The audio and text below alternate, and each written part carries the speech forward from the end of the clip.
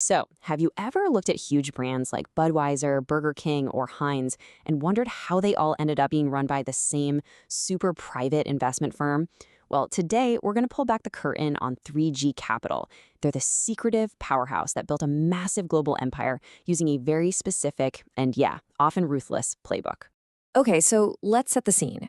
The year is 2008. The entire financial world is basically on fire, and out of nowhere, this relatively unknown company launches one of the most audacious hostile takeovers in history. And their target? A true symbol of American corporate pride. I mean, seriously, think about it. Anheuser-Busch, the company behind Budweiser, was seen as this untouchable fortress. So how on earth did a trio of Brazilian investors, who nobody in the US had even heard of, manage to pull off the impossible? It absolutely shocked the entire corporate establishment.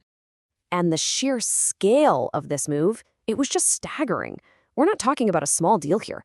This was a jaw-dropping $52 billion offer for the king of beers. It was basically a declaration of war on the old way of doing business. But here's the thing. The Budweiser deal wasn't a one-off. It was the climax of a strategy they had been perfecting for decades. So to really understand how they pulled it off, we have to rewind and see where they came from and the unique culture they built from the ground up. The whole story of 3G really starts with its founders. We're talking about three guys, often called the Three Musketeers of Brazilian finance. They started small, but their vision, well, it was anything but. So, meet the trio. First, you've got Jorge Paulo Lemann, the Harvard-educated visionary, kind of the strategic brain of the operation. Then there's Marcel Telles, the master of execution. This is the guy who could turn any company into a lean, mean operating machine. And finally, Beto Sucupira, the hands-on manager who wasn't afraid to get his hands dirty. Three totally different guys, but they all shared one powerful obsession. You know, their story doesn't even start with beer. It starts in banking. They took over this tiny, failing brokerage called Garantia and had this wild idea to model it after the most elite firm they knew, Goldman Sachs. And it was right here that they forged the cultural DNA that would literally define everything that came next. So what is this secret sauce everyone talks about? Honestly, it boils down to a pretty simple, repeatable formula they applied to every single company they bought. It's this powerful mix of finding the right people, giving them a huge dream to chase, and then backing it all up with a fanatical method. First up, the people. They had this very specific profile they looked for, a type they called PSDs. It stood for poor, smart, with a deep desire to get rich. They couldn't care less about fancy diplomas or who your dad was. All they wanted was raw, unfiltered hunger and ambition. And this whole philosophy was just perfectly captured by the management guru Jim Collins. He pointed out that they would always bet on unproven talent. They would much rather take a risk on some brilliant 22-year-old than hire a seasoned executive who was already set in their ways. And you know what? That approach created this culture of incredible loyalty and insane drive. And then comes the method, which was just a complete and total rejection of traditional corporate life. You know how old companies had these comfortable annual budgets? 3G used something called zero-based budgeting, which forced managers to justify every single dollar, every single year. They got rid of all the cliche corporate perks and replaced them with fanatical cost-cutting. And they threw out seniority for a brutal, results-only meritocracy. The message was clear. Results were all that mattered. Period.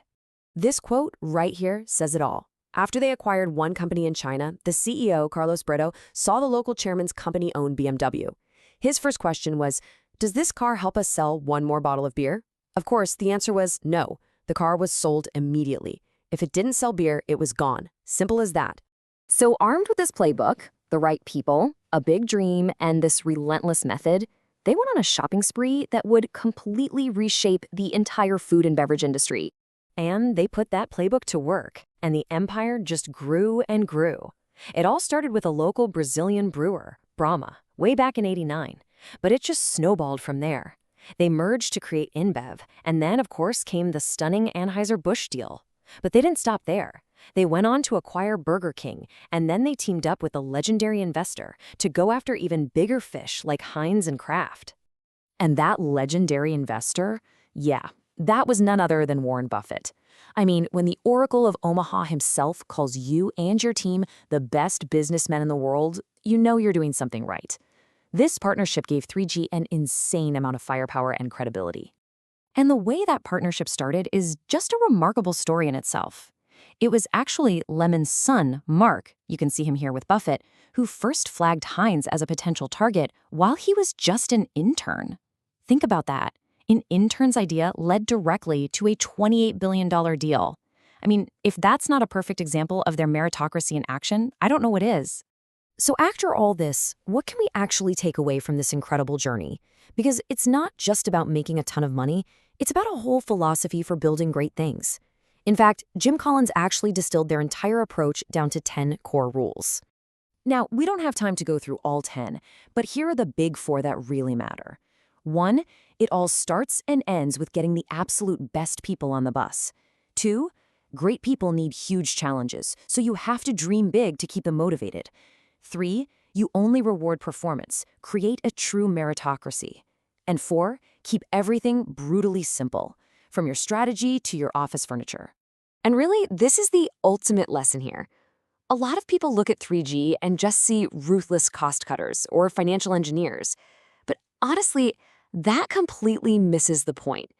Their success comes from a fanatical devotion to a culture that worked just as well at a bank as it did at a brewery or a ketchup company.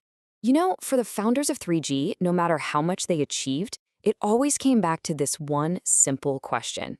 It's what kept them hungry. And it's a pretty powerful question for all of us to ask ourselves, right? What is our next dream?